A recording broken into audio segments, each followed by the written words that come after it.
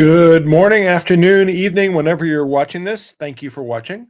Please like, subscribe, share, comment. Please show anyone else. Beautiful day out here, as you can see in the background, although the tree's not moving very much, surprisingly. So I'm going to talk briefly, kind of in thirds. I'm going to talk about, in this order, GTII, then I'm going to talk about assassinations, then I'm going to talk about Tesla, in that order. And probably in about equal amounts of time if you're interested. So if you want to bail at some point, then you can bail because you know it's coming. Before I start, of course, I wanted just to mention a couple of things that I don't know if you heard about this, but the Energizer Bunny was just arrested and charged with battery. I don't know if you guys heard about that. The lab called me and told me I had type A blood. Later on, I learned that that was just a typo. And last but not least, a drunk jumper cable walks into a bar. The bartender immediately jumps to attention and says, "Don't you start anything." All right, so let's talk about GTII first. So GTII, it's been sent to the expert market. A lot of times the reasons why something is sent to the expert market is because their filings are not timely. And as we know, they didn't file their 10Q. Their 10K was not filed as they had represented to me, at least, and wasn't filed by 3/31. Was I think an extension request was April 1. It was actually filed on April 16th. We found out a lot of data from that. Then they had to file their 10Q. I think they said they were going to be late, but they hadn't filed it. And apparently, because of that, they got put down to the expert market, which can be changed, by the way. And I'm sure if there was a receiver that's appointed, that's one thing they will try to do. But apparently that's what appears. And by the way, this is all my opinion, not fact, not legal advice, etc. As I always say, don't rely upon anything I say here. Use your own judgment, etc. That's repeated every time. That's a standing point. But we'll have to see how that plays out. Now, part of the reason they didn't do the filing apparently is because of that Borgers company that was the auditor that was put out of business by the SEC. Now, they hadn't filed their 10Q by the time that they fired Borgers, nor at the time that the SEC had terminated Borgers. So that's a different issue. And they apparently put out or assisted in putting out the 10K, and they put out the 2022 and 2023 financials. And so perhaps they need to re-audit, and they hired a new company called Fortune, apparently, to do the audit. So perhaps they're being audited. But interestingly enough, another company that used Borgers was NextBridge. NextBridge terminated them in February. They just put out a restated financial for 2022. So they only used them for 1 year. And in their restated financial, it turned out there was a big impairment that Borgers had not found. And I think there was a note to the effect that when they looked at what Borgers did, they really didn't adhere to proper procedures as would be required. So what's significant about that? One is in the April 9th, 2024 PR, and apparently Mr. Rabari was effectively the CEO as of April 1, according to the documents. One of the things they talk about was staying in compliance per their mission statement with filings, because that's one of the things they're selling in their presentation is GTII, and they obviously didn't do that. So that causes great concern that the filings haven't been made. They were downlisted, or not. I'm calling it downlisted, but they were put in a different position where it's not public quotation of, there's not public access to that market currently. It's only for brokers and I think accredited investors, no public quotation of stocks. The only thing that's published, I think, are limited orders. That's the quotations we're seeing.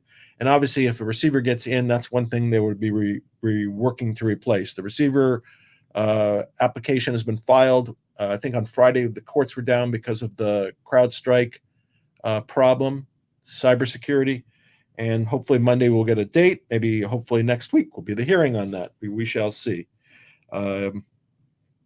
Also, it should be taken into account that the Borgers, and the reason apparently why we don't have the properly filed filings. Borgers was apparently selected to replace the prior auditor who surprisingly stepped out. And the person that seems to be the most qualified for making those decisions and being involved with Borgers would appear to be the CEO, CFO, CAO, Chief Accounting Officer with a tax background. It would seemingly be that that person would be required to provide supervision of Borgers, and to the extent there were stuff that was going on under their nose, they should have known, perhaps. Just throwing it out there. That's a possibility. We'll have to see how it plays out, but that's what someone with highly credentialed who's basically overseeing somebody, you would think they would know about it or should know about it. So to the extent that there were shenanigans undertaken by Borgers, I think it's a problem for more than just Borgers. And we shall see. We'll see where that goes. So that's GTII. We're waiting for Monday. Oh, and one last thing. Somebody asked me about bankruptcy. Could they just file bankruptcy to put this to bed? The lawsuit that's ongoing in Nevada, even though it's a derivative action, so there's a nominal defendant. So there's a defendant, GTII. They're there because everything affects them, but there's no real challenge to anything they're doing per se. The other defendants who are involved are the 4 board members. So they're being sued. So how could they file bankruptcy? I guess they could file bankruptcy, but if they do, then they're exposing all of their assets. And their assets, depending on how this turns out, we don't know where it's going to go. We don't know who's responsible, but depending on how it goes, their assets could be at risk. So I doubt if they're going to be filing bankruptcy, but again, there's responses to if there's liability on anybody's part and there's litigation ensues and bankruptcy filings, there's ways to deal with that. So that's the way I look at GTII. So hopefully Monday I'll be able to report new information, and I'll daily report if I have a new date, et cetera, and we'll keep on that track. 2, so that's GTII. So if that's all you wanted to come here for, you can split now. The second part was assassinations.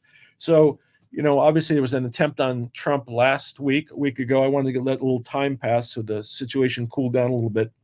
But that's an issue that that hits me very directly, or not personally, but directly, in that it really moves me. And obviously, if the shooter had been successful, you can only imagine the ramifications.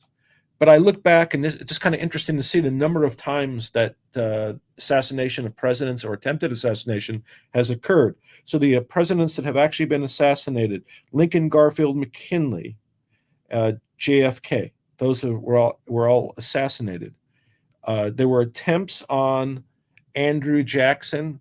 So Andrew Jackson, back in 1835, some guy went up there with 2 guns. They both didn't go off. There was an attempt on Franklin Roosevelt, apparently in 1933.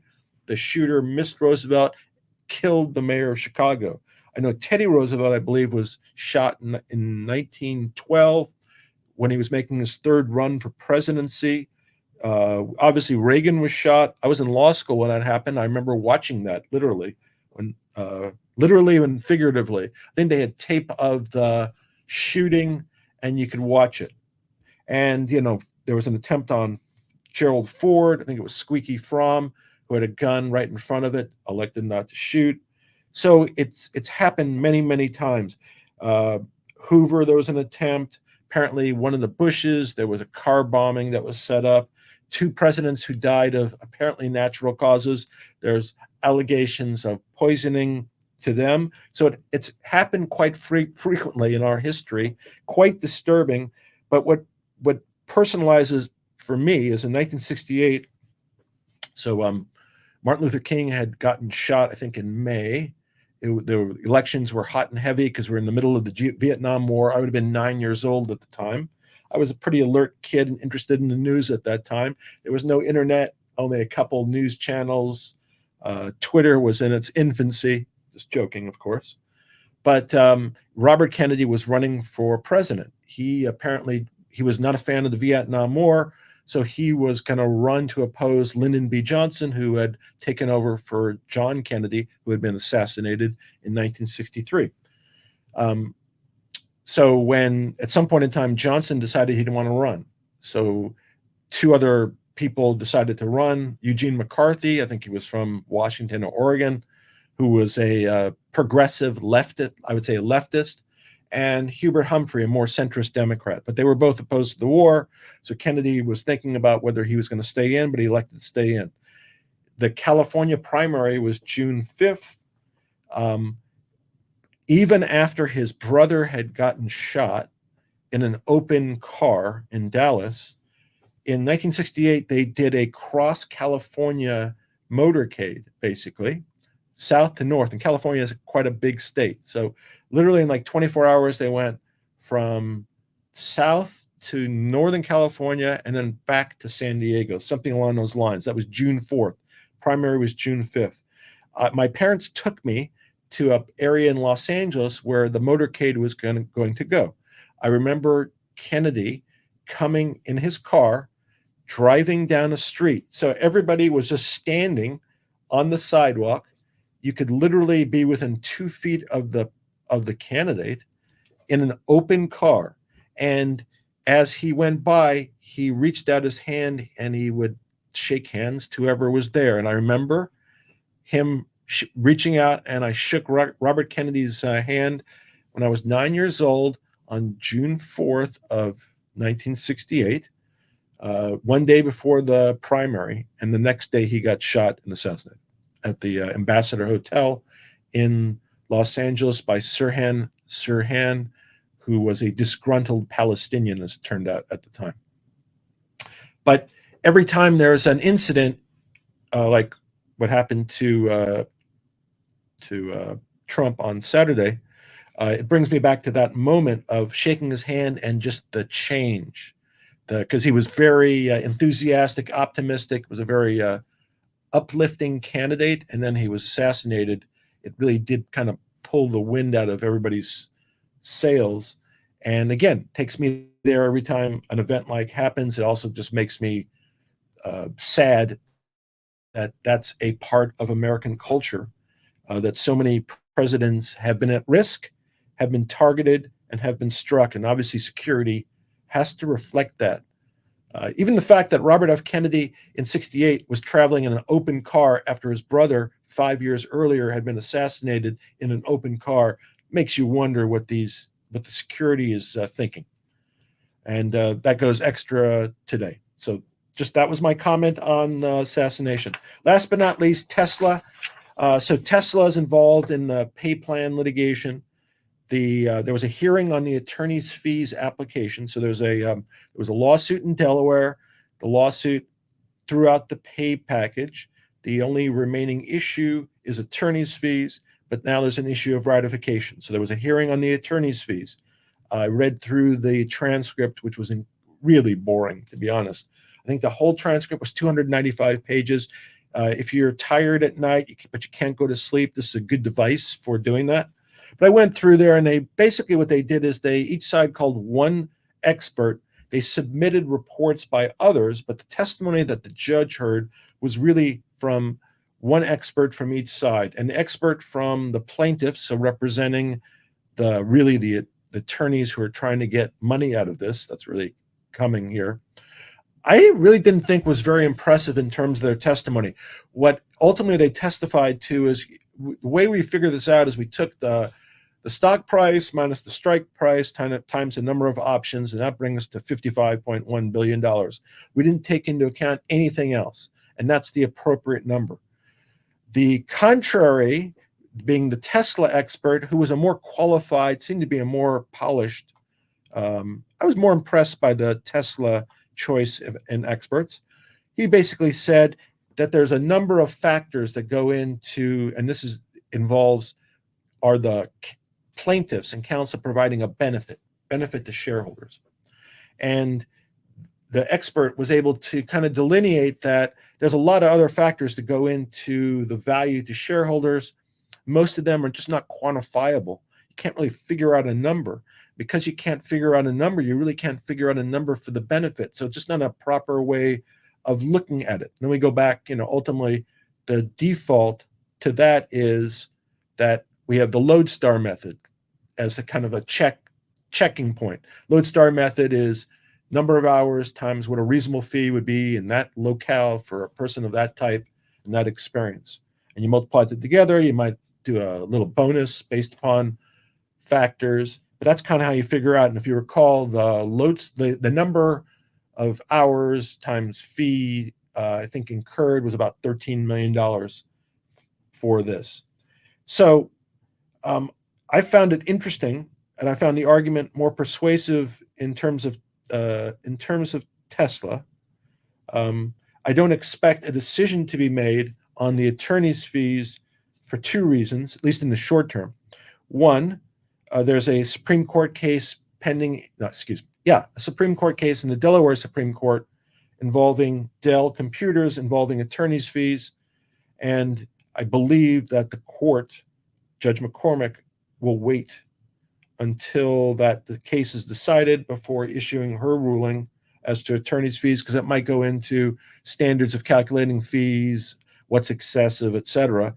So that would be one reason why I think there'll be a delay in terms of getting an award of attorney's fees. The alternative is there's a hearing on the ratification that's set on August 2nd. So if you recall, after the vote involving moving to Texas and ratifying the prior package, the argument was raised that kind of did away, in effect, with the ruling that the court issued as to the prior pay package and that fact. And there's a hearing on it on August 2nd. There might be some additional briefs.